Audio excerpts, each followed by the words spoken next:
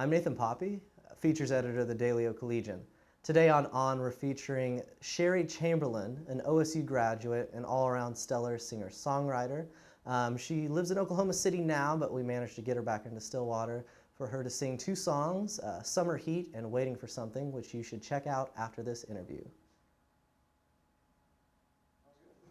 We're going to watch that tonight. This is a mini rifle. Ow. I can't even pull the trigger. Oh.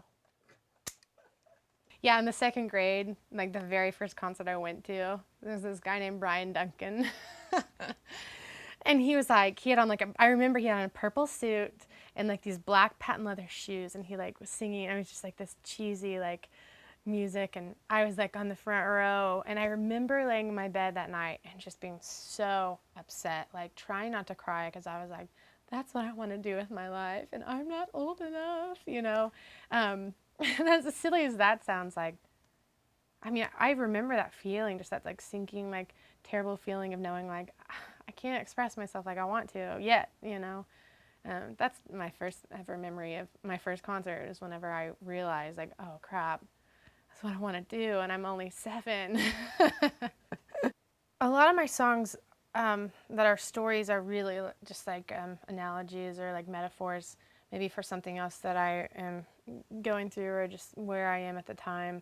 And it's just easier for me to understand something that's happening if I can see it in some type of like physical like explanation, you know, like with nature, like the seasons, you know, I can go, oh, okay, well, this is, you know, so I don't know, in my songs, you know, like I might be telling a story, but really it's kind of me trying to preach to myself or teach me a lesson or make sense of what's going on. I mean, I remember when I first started figuring out I could sing harmony at a really young age, but when I started realizing I had seen some kind of barbershop quartet, and I was like, there's 4 of them, there's 4 of my family. So I made them line up like by height, and I gave them each a note to sing, and like I made us all sing it at once, and it sounded awful. Like it was not at all in tune or anything like that. You know, if I'm feeling a certain emotion or I'm feeling, you know, this certain dramatic way, I get to go up on stage and make everyone listen to me and like have my feelings projected and amplified over like loud speakers, you know. And so that part's awesome for me, because I know that I'm no different than anyone else, and I feel the same things that everyone else feels, but it's just such a release and a rush to be able to get that out and, you know, have it make other people listen to it, you know.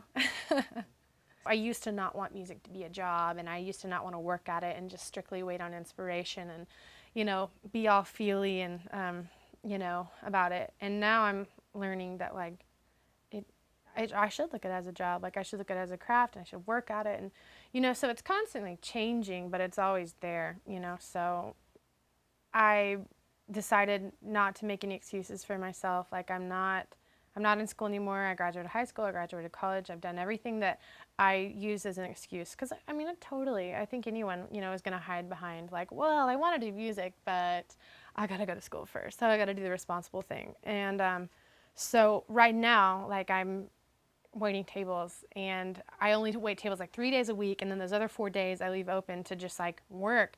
And, you know, sometimes I don't know what that means, and I'll just like sit there and rack my brains about something I can do to, you know, progress musically, like whether that be booking shows or reading up about, you know, this music business or sending my CDs somewhere. Like I don't really know, like I don't know anything.